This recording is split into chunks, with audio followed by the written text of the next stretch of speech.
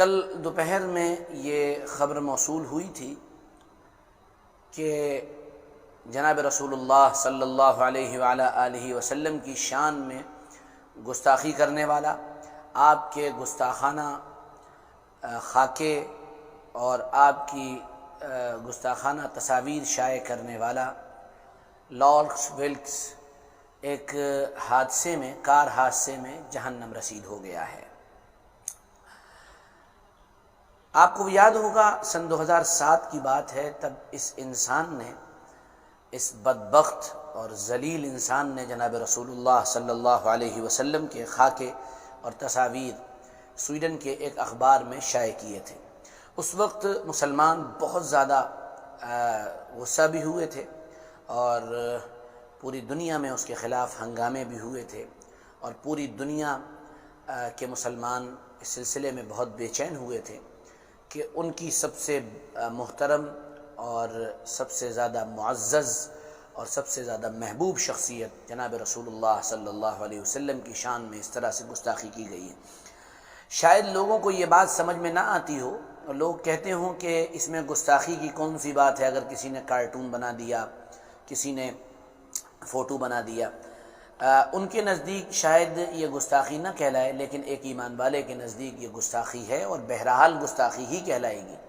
اور وجہ اس کی یہ ہے کہ ہمارے یہاں ہمارے نبی یا کسی صحابی کی کوئی تصویر موجود نہیں ہے اور نہ ہی بنائی گئی ہے۔ اس لیے شرعی اعتبار سے، دینی اعتبار سے شریعہ کے اندر یہ بات ممنوع ہے، یہ بات پروہیبٹڈ ہے کہ نبی کی یا کسی صحابی کی تصویر بنائی جائے۔ نہ ہم خود بناتے ہیں، نہ ہم کسی کو یہ اجازت دیں گے کہ کوئی اس طرح کا کام کرے۔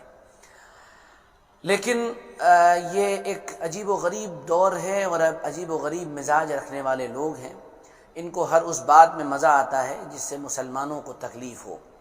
ایک طرف تو یہ دعویٰ کرتے ہوئے نظر آتے ہیں کہ ہر ایک کی رسپیکٹ کرنا چاہیے،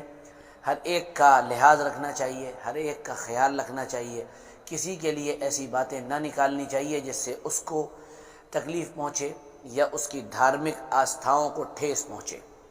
لیکن دوسری طرف جب ہم یہ دیکھتے ہیں کہ یہی لوگ پھر اس طرح کی حرکتیں کرتے ہوئے نظر آتے ہیں تو دل سیپارہ ہو جاتا ہے، ٹکڑے ٹکڑے ہو جاتا ہے، اور انسان اور ایک مسلمان بہت زیادہ پریشان ہو جاتا ہے۔ اس بدنام زمانہ شخص نے جب یہ خاکے شائع کی ہے تو ساری دنیا کے اندر سے صدا اٹھی تھی، آواز اٹھی تھی، اور اس کو مخاطب کیا گیا تھا۔ وہاں کی حکومت سے بھی رابطہ کیا گیا تھا، تو حکومت نے بجائے اس کے کہ اس کے اوپر کوئی پابندی یا کوئی سزا لگاتی، حکومت نے اس کو پولیس پروٹیکشن دے دیا تھا، اور یہ پولیس پروٹیکشن میں رہتا تھا اور لگاتار عیش و آرام کی زندگی گزار رہا تھا۔ وہ لوگ جن کو اسلام سے بنیادی طور سے خلش ہے، بغض ہے، عداوت اور اسلام کے خلاف کینہ وہ اپنے دلوں کے اندر رکھتے ہیں، وہ اس کی فائنینشیل مدد کرتے رہے، اور یہ پولیس پروٹیکشن کے اندر رہتا رہا۔ بار بار اس نے یہ دعویٰ کیا کہ مجھے دھمکیاں دی جا رہی ہیں، مجھے مارنے کی کوشش کی جا رہی ہے، لیکن شاید اس میں کوئی بات درست نہ ہو، اور اگر بات درست ہو تو جو دھمکیاں دینے والے لوگ تھے وہ غلط ہیں، ان کو یعنی سرکاری اعتبار سے، قانون کے اعتبار سے کارروائی کرنی چاہیے تھی۔ بہرحال کل جب یہ اپنے ایک کسی کام سے نکلا تھا اور پولیس کی گاڑی اس کے ساتھ تھی، تو اس کی گاڑی ٹرک سے ٹکرائی، اور حال یہ ہوا کہ اس کی لاش کو پہچاننا بھی ممکن نہیں رہا، اور پولیس نے تحقیق شروع کر دی ہے۔ انویسٹیگیشن جو شروع ہوا ہے اس میں بنیادی طور پر جو بات سامنے آئی ہے وہ یہ آئی ہے کہ اس میں سازش کوئی نہیں ہے، بلکہ یہ ایک حادثہ تھا، اور حادثے کی وجہ سے یہ آدمی جہنم رسید ہو گیا ہے۔ ہم کو کسی کی موت پر خوش تو نہیں ہونا چاہیے، لیکن صرف اتنی بات آپ سے کہیں گے کہ اس نے چونکہ جناب رسول اللہ صلی اللہ علیہ وسلم کی شان میں گستاخی کی تھی، اور اس وقت یہ نازیبا اور گستاخانہ خاکے شائع کیے تھے، تو دل کے اندر ایک طرح سے یہ تو بات تھی کہ اللہ تعالیٰ اس کو سزا دے، اور بہرحال اللہ نے اس کو سزا دی، یہ اللہ کا فیصلہ ہے۔ اور میں سب سے، تمام لوگوں سے یہ بات کہنا چاہوں گا، تمام اپنے مسلم بھائیوں سے، غیر مسلم بھائیوں سے یہ بات کہنا چاہوں گا کہ کسی کے مذہب کی توہین کرنا یہ دینی اعتبار سے بھی غلط ہے، اسلامی اعتبار سے غلط ہے۔ اللہ تعالیٰ نے قرآن پاک میں ارشاد فرمایا ان الذین لا تسبوا الذین یدعون من دون اللہ، ان لوگوں کو بھی برا بھلا مت کہو جو اللہ کے علاوہ کسی اور کو خدا بلاتے ہیں، یعنی ان کے خداؤں کو بھی برا بھلا مت کہو۔ کیوں؟ اس لیے کہ اگر تم ان کے خداؤں کو، ان کے جو گاڈ اور گاڈس ہیں، ان کو اگر تم برا کہو گے تو وہ پلٹ کر تمہیں اور تمہارے خدا کو غلط کہیں گے۔ فَيَسُبُّ اللَّهَ عَدْوًا بِغَيْرِ عِلْم، وہ دشمنی کے طور پر تمہارے اللہ کو، تمہارے خدا کو برا بھلا کہیں گے۔ تو ان کے خداؤں کو برا بھلا کہنا یہ تمہارے خدا کو برا بھلا کہنے کا ذریعہ بن جائے گا، اس لیے ان کو غلط نہ کہو، خاموشی اختیار کرو۔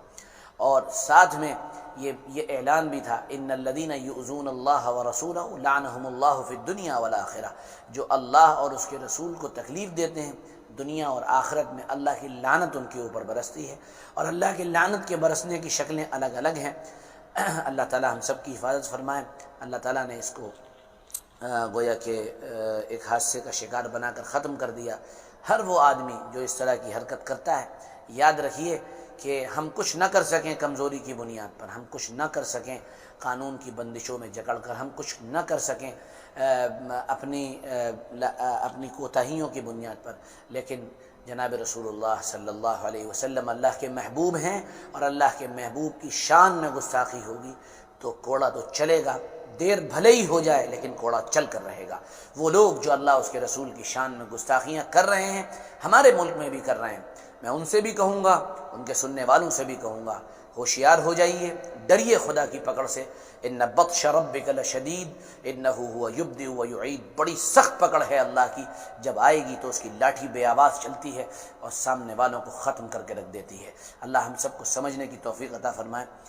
آپ پیغام کو شیئر کریے، آگے تک پہنچائیے تاکہ یہ پیغام لوگوں تک پہنچے، اور جو اس طرح کی حرکت کر رہے ہیں یا کرتے ہیں یا کرنا چاہ رہے ہیں وہ اس طرح کی حرکتوں سے باز آئیں۔ جزاکم اللہ، کل پھر ملیں گے، اجازت دیجیے، السلام علیکم ورحمۃ اللہ وبرکاتہ۔